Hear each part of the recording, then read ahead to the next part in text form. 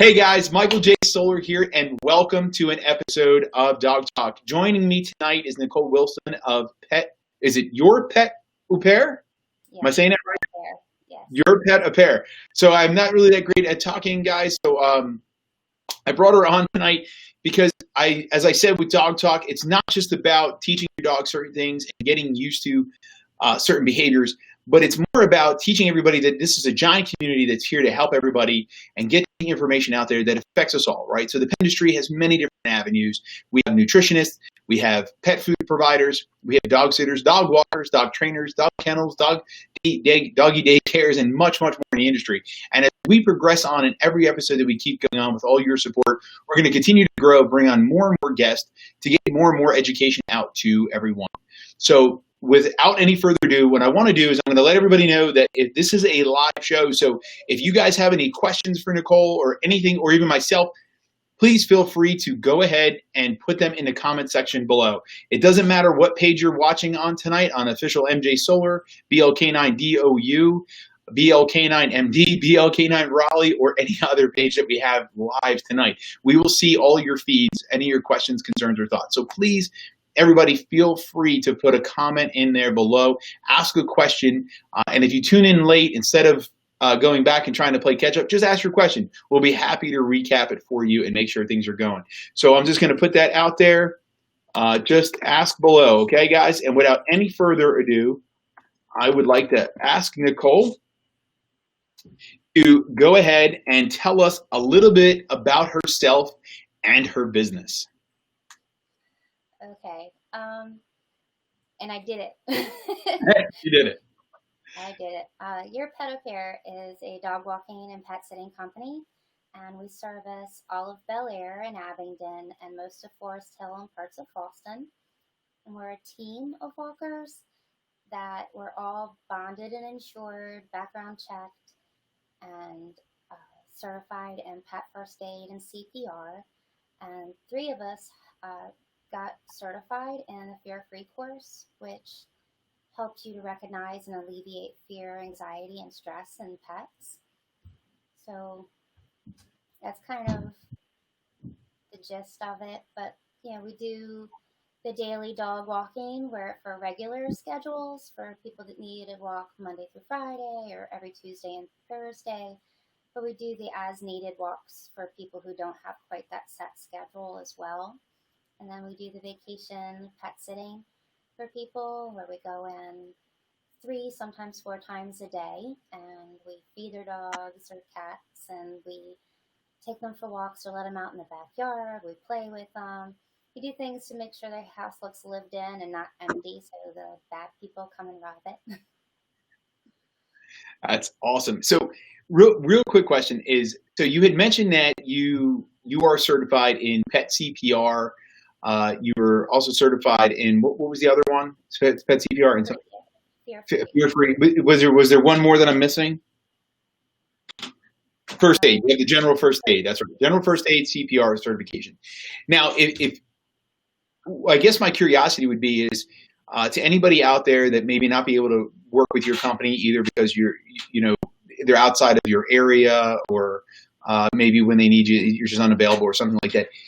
What kind of questions should they be asking for other pet sitters or dog walkers that, should they be looking for that? What are some of the benefits to the pet CPR and first aid certification? How does that really help them? Or is that something you would definitely recommend if they're going to get somebody when they're not around, I guess? Would that be a top-notch certification to come away with? Yeah. Okay. I think it's really important, especially if you're not going to be home, to have someone that can recognize the symptoms of bloat or HGE so they can get to the vet ASAP, because that can be fatal. And if, God forbid, you're out walking the dog and another dog attacks the dog, being able to bandage the dog up and transport it to the vet, or being able to perform CPR, that's literally the difference between life and death. And that's even more important if you can't be there. You want somebody who can care for your dog. And I think even better than you can, because how many actual pet parents know those things anyway? Yeah, and that's a really a great point that you bring up, right? So looking at certain certifications that the trainers, or in this case, the pet sitters and walkers and overnight. So you do overnight care, right? As I well. So do. instead of, so that way, so when you're looking for your pet walkers and the pet sitters, is it with the overnight care? Is that something that you do anything different and that you would look for more? Do they do like, do you guys do check-ins with them? Do you do photos to see how they're doing? Is this a service that you guys might add or provide to them so they can see how their pup or maybe their cat is doing while they're away on vacation? Well, I have pet sitting software.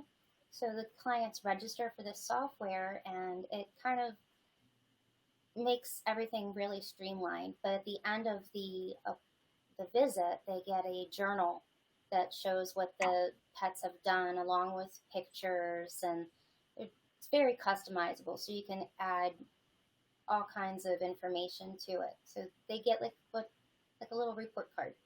Good. So is that, and that's included in your general setup, right? So if they hire your services, they're going to get a little report card on their how their pup did over the week or weekend or day, and see how they did, so they can actually see that the interaction was going on. So it's a good way of, I guess, even checking on you, right? Making sure that you're doing what they hired you to do. That's good, right?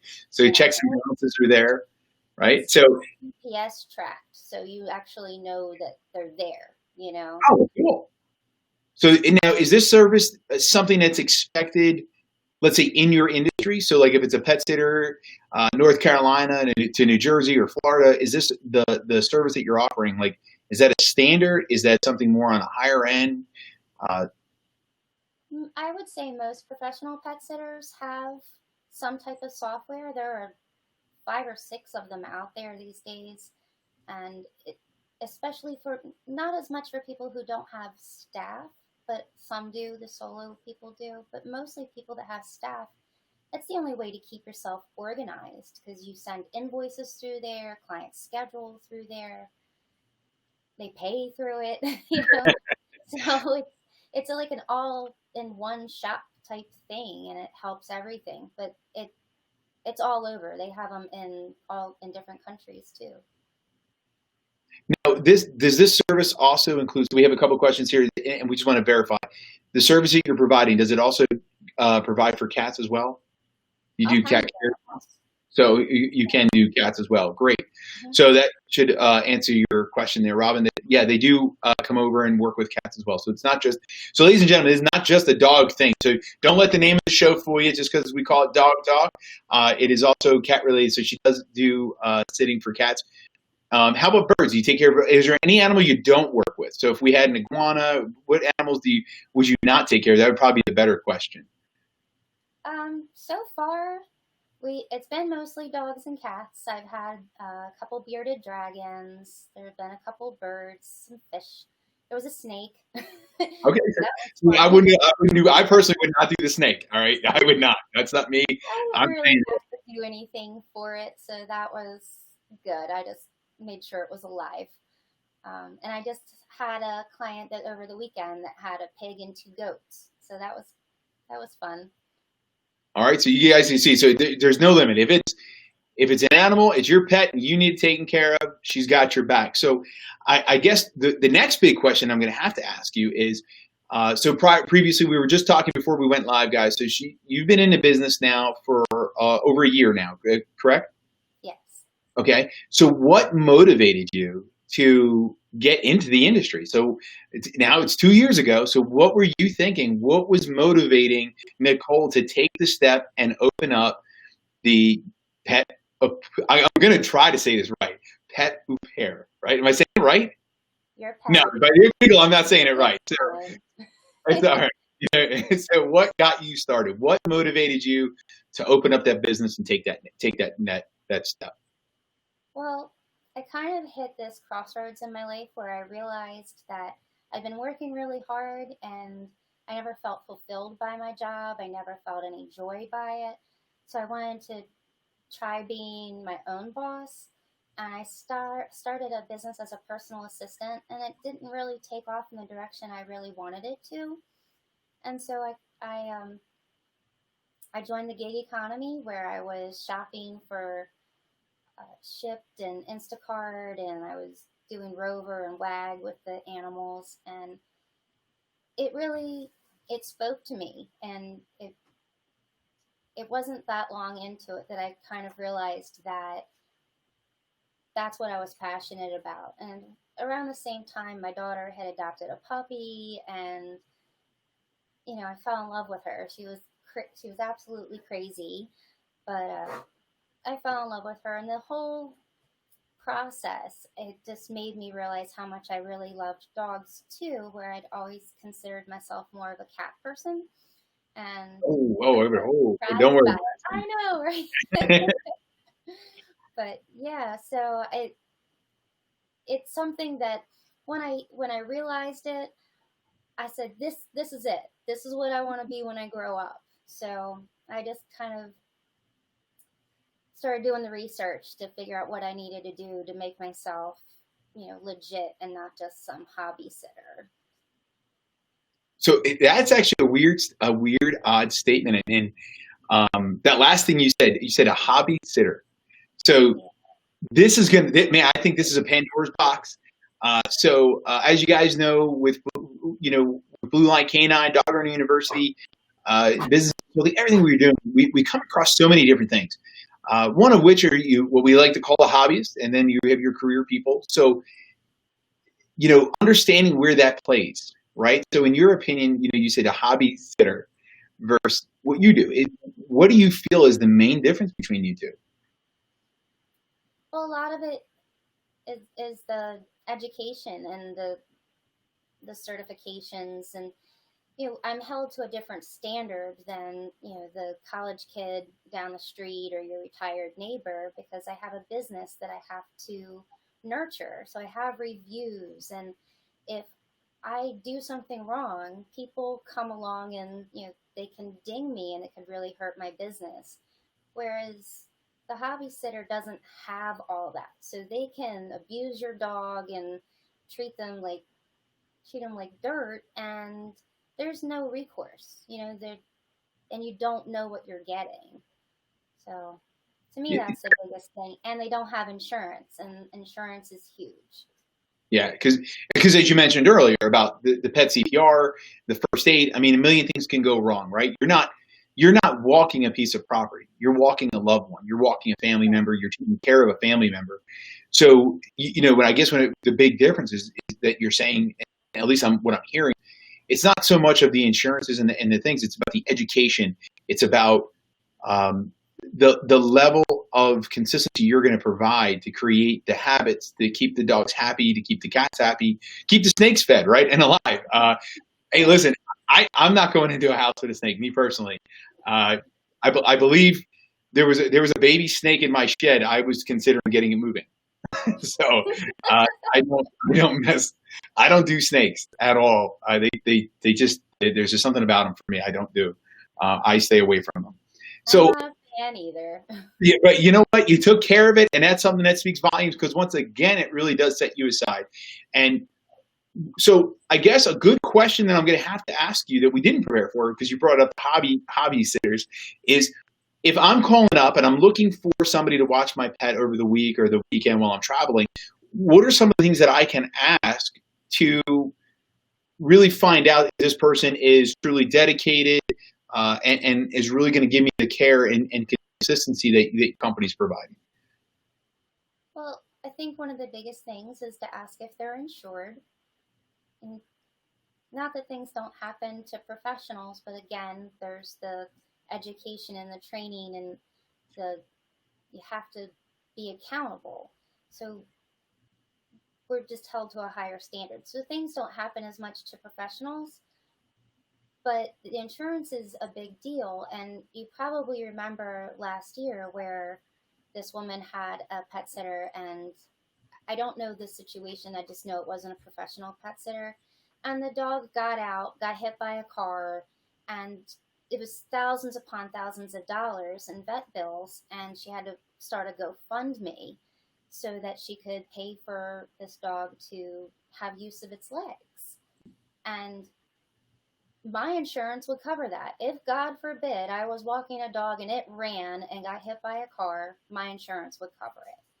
And even if it's not something with your pet, if I left your sliding glass door open and there was a downpour and it ruined your hardwood floor, it would cover that. So there's a little more peace of mind knowing that you're financially covered, even if, emotionally you're still going to be, well wrecked by it. Yeah. Well, I guess it allows you to just focus on the emotional side and the recovery of your animal instead of the financial burden. So it's a great aspect to think about. Hey guys, just as a quick reminder, if you guys want to ask any questions, you can please feel free, throw your comments in there below. We can go ahead and ask those questions while we're here, but we're going to continue on as we wait for those questions to come in. And any comments too. I mean, if you guys are, if you know Nicole and you want to throw her a quick shout out that we can put across the air, that would be fantastic too. But we never know who's actually watching this live or when you're watching it. So again, comments, likes, shares, loves, we appreciate it all. Obviously, when the show is over, if you go ahead and like and share and post these on your own pages, it means the world because we want to help everybody. So get the information out there to help them out. So I guess getting into the next big question that we're going to have to ask is the COVID-19, right? So COVID-19 hit this year. This is your second year in business, right? So I'm sure the first year you were ready to rock and roll. You had your systems in place. You're out there doing things. And COVID-19 comes down, and I'm sure it shot you down, right? And I guess the big question comes down to is, what are the changes that you've made, right? What have you made with I want to say it again, pet repair? No? Yes? I'm gonna stop. So what changes have you made to keep your clients safe, keep the dogs happy, keep the cats happy? I mean, as you know, keeping the dogs on a consistent walk, even though mom and dad are probably home, it's probably really good because sooner or later, mom and dad are going to go back to work, right? Yes. So most likely keeping you as the steady dog walker is probably essential, and they should keep you on if that's the norm, if they go to work normally, even though they're working from home now, right? So what adjustments have you made to keep them safe and keep the dogs and stuff like that going? Oh, but real quick, so Kaylin says, hi, Mom. Daisy and I are here. Linda says, nice job, Nicole. And Brooke says, hi, Mom. So you got them all watching there. All right, so now that I've made you feel even more awkward, can you please go ahead and answer my question, right? What was the question? That's the question. I threw you way off on that one. So what adjustments have you and your company made and what people should expect for the changes of COVID-19 to keep people safe and you safe and their animals safe with the changes? Well, I had to make some decisions pretty early on about safety protocols because I have a compromised immune system. So I needed to make sure that I was safe. I wasn't bringing anything into my clients' homes so that they remained safe. So, I was wearing a mask indoors every time I'd come inside. I'd open doors with disinfecting wipes and, everything I touched, I was going behind and using the wipes and, washing my hands and using the hand sanitizer, my poor hands. But it's been rough. And I invested in leashes, different leashes for different dogs and for myself and for my staff. So as much as possible, we could use our own equipment so we're not touching their things. And so I had to develop that pretty early on. But it's become a habit now. So it's not this constant, oh, yeah, I forgot my mask. Like I know as soon as I get out of the car, mask up. So it's getting there. I'm ready for it to be over. Now, with some of those changes, do you think they will, do you think now that you've done them, do you find it to be where it's not as bad as maybe you thought in the beginning? And I'm not necessarily talking, let's say the mask or anything, but let's say the leashes, the customization. Do you feel like you're actually offering a even better service to your clients now? I actually do. We have so many different dogs with different needs, and sometimes the owners don't necessarily have the right equipment, and I try to gently give some advice of things that they could have without being lectury, Well, you can always tell them to watch Dog Talk where we can easily make the recommendations, right? Yeah. Now you have that right in your arsenal. We can get you going in there. So it's nice. It's like, okay, well, I know this dog should really use this, and so it keeps it a little, I want to say, easier in some ways because I'm not getting yanked around quite as hard because I'm using the equipment that helps me keep them more in check. So I think that's a good thing. Gotcha. So we do have a really good question coming out from Brittany, which is going to be, what is the average cost per dog sit? And hold on, there's a little bit of couple to it. Do you stay in the customer's house overnight? And don't worry about missing it. We actually said in the beginning that at any point in time, ask the questions, Brittany. So don't worry about missing the beginning. I'd rather keep you live and paying attention. So the question is, what is the average cost? Which when people are looking for, not just for you, but anywhere they are, right? What is the average cost for pet sitting? And is it standard to stay in overnight? Is that something what's preferred, not preferred? I guess that would be the real big question. Well, it's not, it really isn't the standard. I don't know a lot of people that actually do the overnights on a professional level. There are different people who you can ask your vet. A lot of times the vet techs offer it.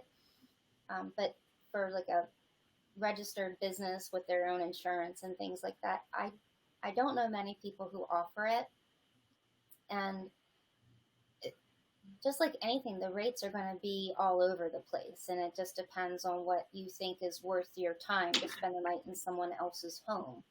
And so for me, like I charge $60 for the overnight itself. And that's generally 10 to 12 hours. And then any additional visits are separate. So what would be the cost of a dog? Like let's go through your normal packages, right? Because I'm assuming an overnight would probably be a top end, right? Because I'm assuming you're letting out in the morning, right? So I guess I think what everyone's wanting to sort of know is like dog walk. What is the average package for just dog walking? So let's say a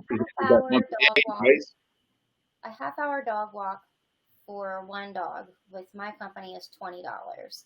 And that's about average for the companies in our area who have staff. And so some of the solo sitters out there are a little less because they don't have to carry workers' comp and pay payroll taxes and those type of things. There's the benefit of having staff that you don't have to worry about your walker going on vacation or getting ill. There's always somebody to take care of your pet. So there's a trade-off. It's a little more expensive, but it's more consistent. Okay, and then so that's your dog walk. Now, is there a day sit? Is what's your next package, or what's normal the next package for your industry? So pet sitting, I know there are different people who do it as a package, and I don't do it like as a package so much because I feel like it's more customizable if I say you can book however many visits you want at whatever length you want. So for instance, next week I have a lady who is doing half-hour visits in the morning, 45-minute visits in the late afternoon, and then hour-long visits in the evening. So you couldn't just do a package like that, Yeah. So she's paying the half-hour rate, the 45-minute rate, and the 60-minute rate for that day. Okay. And that's more normal than pricing it out as a package. Okay, and then how many times? So the next question they have is, how many times do you visit in an overnight? So how many visits for an overnight? Well, for me, the overnight itself, like I said, is like 10 to 12 hours. I spend the night in the client's home. And then they decide how many visits they want. Most people do one. Some people do two. I have one coming up in September where I'm just doing the overnights and their neighbors are coming in to take care of the dogs in the middle of the day. So, and some companies don't do the job sharing thing, but I think it's fine. If you trust them enough, then I'm okay with it. And then I guarantee the next question that's probably somebody's typing in right now would be is it a price per animal, or is it just for overnight in particular? So for example, I have 3 dogs. So if I needed an overnight, or better yet, a modification. Let's say I don't want you in my house overnight, but I want my dogs let out by 6:30 in the morning. Like that's their ritual. I need to have it happen. And then I need you to let them out at 7:30 at night, whatever. is that a different customized program? Am I still paying for the full overnight? And No, then okay, and then is no. there a limit to how many pets I have? So like I have 3 dogs. Is it still the flat rate, or am I paying per dog? I do a flat rate if I'm not walking the dogs.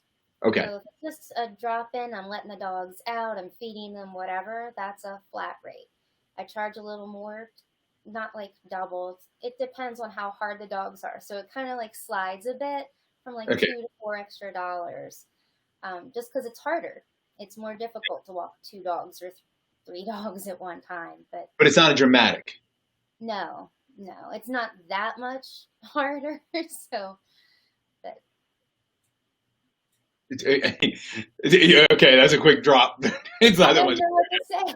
Yeah, yeah, right. So when you think of, like, and then these, like, your expense rates, like the changes, that's like I guess that is the norm for the industry, and that's what people listening tonight should be expecting when calling pet sitters, or is that just something that you do special where you only charge a little bit? Is it normal for them to double or triple the amount of money, that kind of Well, stuff? I'm in a lot of Facebook groups for pet sitters and dog walkers, and they discuss a lot of this stuff. It seems to be a fairly standard thing. There are sitters that don't charge extra for a walk, um, and there are some that charge a good bit more for an extra dog on a walk. So it Yeah. depends on the company, but it seems to be that more people do charge a little more, but not so much if they don't need walks. Gotcha. So, all right, new question coming in from Holly is: when starting a new client, what do you think is the most important thing they should know? Like, so I guess what do you think they need to know about you to get started? It's like, what's the routines? I guess what to expect. I guess it depends on what the client is looking for. I mean, are they going on vacation? Are they wanting the day walks? A lot of depends on that. And one of the big things that a lot of people don't realize is I don't book things at exact times. So we have time windows that we work on because let's say midday, everybody says, I want my dog walked at noon. Well, I'm only one person. I only have so many people working for me. So there's a window, and for my midday window, it's like 10:30 to about 1:30. And within that, I try to get as close to their preferred time as possible. But that's a big thing, and I've lost people because they're like, I need my dog walked at noon. And I'm like, that's nice. So does everybody. Yeah. Okay. So that's a big thing is letting people know that that's really not how it works. Although I have several 2 times a day clients, and I prioritize them so that they're not getting their walks at the end of one window and the beginning of another window. So they're still getting their like 4 hour difference between the walks. So they Okay. get some priority in their timing. And then puppies too, because they need a better, stronger routine. So I try to get them in as close to their preferred time as possible. And then currently we don't have any dogs that are on medications that have to be given like midday, but I have had dogs that had to have eye drops Okay. given around noon, so I had to go there. But luckily they lived in my neighborhood, so that was super convenient. That works. It works, right? It works out Yeah. right there. Then you can go home and get a quick, sip of water, right? And go from there. So, like, getting a few things on hand. So let's say you get started with a new client. You went over it. You told them you're going to be in these windows when you're going to be coming in. Now, you had stated that you bring your own leashes now to keep minimal COVID-19 and the immune system stuff. Is there anything else that a client should have ready for you, or should the dogs already be wearing their collars or harnesses, or do you take care of it? Should it be set aside for you? And mind you, we're looking at day one, not like that client that you've been working with, for the Right. past couple of months. We're looking for that brand new client. What should they have on hand and ready for you? Should they have treats, dog treats, or do you provide like a checklist for them? Well, I give all of the staff treats and, the bags for their waste. I give them Yeah. all those things. Some clients have that stuff out, and that's fine too. It doesn't need to be like that. we do ask people if their dogs have allergies, because obviously you don't want to give them our treats if they have allergies. And there are a couple that are like, please don't give our dogs treats because they're a chunky monkey and they don't need treats. Yeah, we're hiring you to lose the calories, not gain them. Yeah, right. Yeah, so It makes that's sense. stuff that they can put in the software so that we see it as a note and it's right there in our minds. We don't have to remember, hey, don't give that dog our treats because it's allergic. Or so there's not a whole lot that I really need them to do. I can't provide like collars for everybody, so it's better if they keep their collars on unless they're in a crate. Then I prefer them not to have one in case something happens and they get caught. Completely agreed. Should always be naked in a crate. So that would be naked in the house all the time. that it should be, right? Another good question comes in that since you have other staff and they go into people's homes, even when they're like, overnight, or they're just going into people's homes, obviously when people aren't around, do you do any type of background of it, like check, or do you do anything to, I guess spot check? And is there something like that other companies could show or provide, or do you show and provide, or what is the normal, I guess, standard for other companies in that case? Pretty much everybody gets a background check. As far as other companies, my company, everybody's background checked. And so I use a company called AccuTrack that provides background checks. And it is, you're kind of standard. It goes back about 7 years and everything. But before I even get to that point, I'm doing research online. So I'm checking people out. I have an account with Ben Verified so I can check and see, because not everybody's in Maryland. So we know that in Maryland we can look things up very easily, but that's not the case in other states.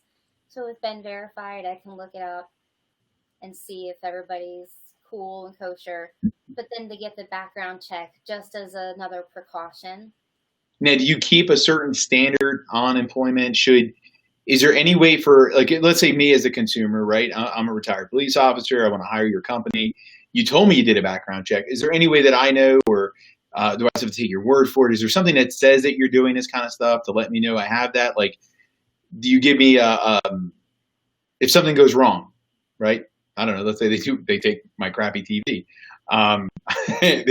Is there something that you back that you put your personal thing on? Is that something that's a standard in the industry? Again, I know you can't speak for every company, but as you know, our audience is broad. So we want to make sure that, they're asking the right questions. I think that's what's really important, because what questions are asked and what's standard. It sounds like you guys have your company to an extremely high standard. So I think when people are hiring you and your company, it sounds like they're hiring the A+ standard of pet sitting and dog walking. That's what it sounds like, at least to me. So. That's what it is. So, I wouldn't have you on the show, right? If it wasn't any other way. So, that's the key thing here. And you look like you're not nervous anymore. How are you feeling?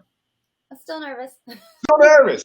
Hey, listen, everybody, whoever's watching this, everybody quickly give a shout out to her. Let her know that she's doing a fantastic job. Trust me when I tell you, she was extremely nervous about this. I wasn't even sure if she was going to get on the show tonight because of all of her messages to me saying, I don't know.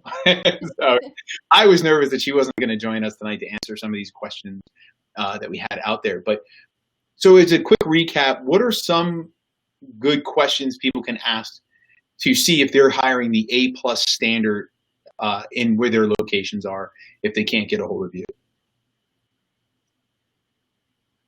Well, the insurance, again, that's a big thing. And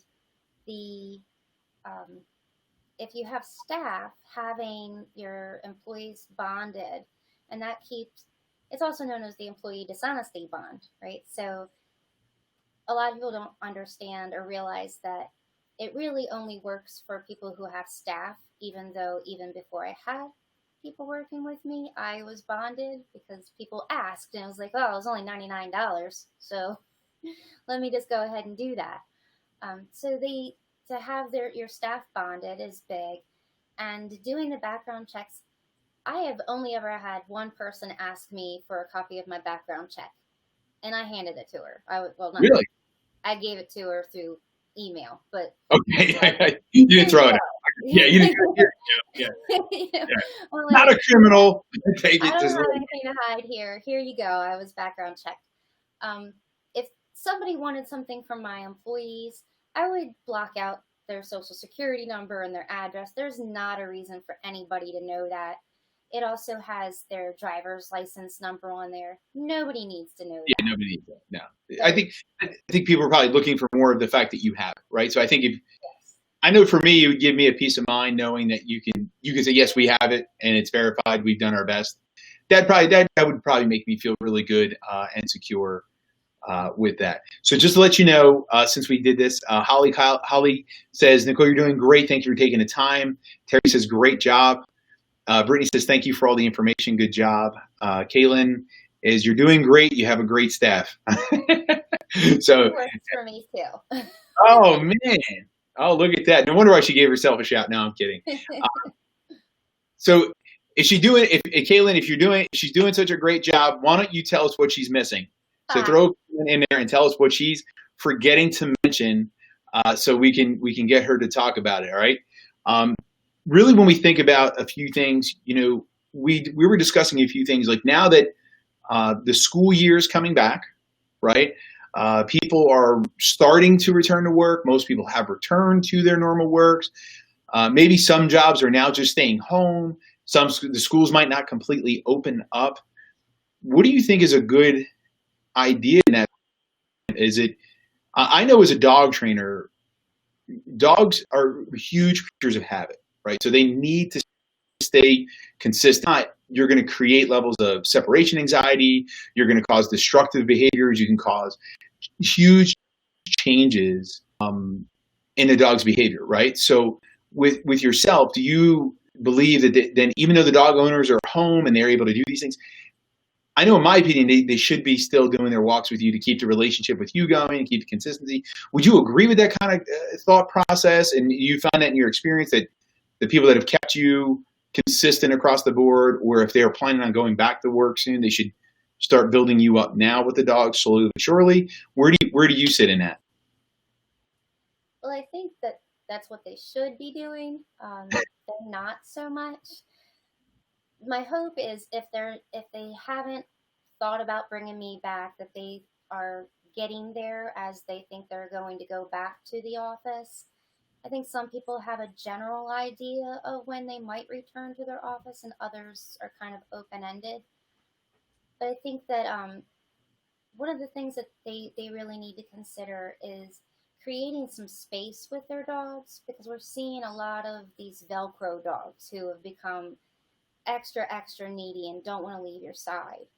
So I think even if they're not in a place where they can really keep a dog walker on, whether it's financial or they don't want somebody coming into their home right now, I think the thing they need to do is to revisit their training a little bit. So keep them on a stay or a place, or put them in their crate and kind of do it for longer and longer periods of time, so that the dogs are getting used to not being right by their sides. And even if you don't really need to leave the house anyway. Go somewhere. Let the dog be by itself, because it's going to be a mess when all of a sudden 5 months have gone by and mom and dad have been home by their sides this whole time, and now they're gone. So I think there's going to be even dogs who didn't have those kind of issues before. I think they're going to now. So I think they need to get on that, even if they don't want to have somebody coming in right now, which I understand. They don't know, if I went to Ocean City over the weekend and Yeah. brought home, Miss Rona. They don't know. Or a hermit crab. We don't know. Right. It could be a hermit crab or Miss Corona or Corona. COVID, whatever you got it, right? We don't know. So I know a couple of tips I've given to people were stop wearing your pajamas all day, start getting dressed for work, even though you're staying home. So the dogs start getting used to that change of behavior. And then, because we do, training dogs, we know that it takes time, right? It takes 30, 60, 90, it takes 30 days to create the habit, 60 days to enforce it, 90 days to embed it. So it's very easy to start slow, so your dogs understand what's going on, and it's not a shock value. So Kaylin asked for you to mention boarding and meet and greets. Apparently you missed that one. So, Well, I board in my home, and in general, I do it for one family at a time.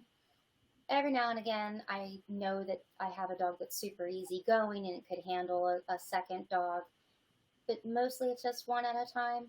I'm at a point where I'm considering cutting that off for new clients just because I've had to say no to some existing clients because there's only one of me.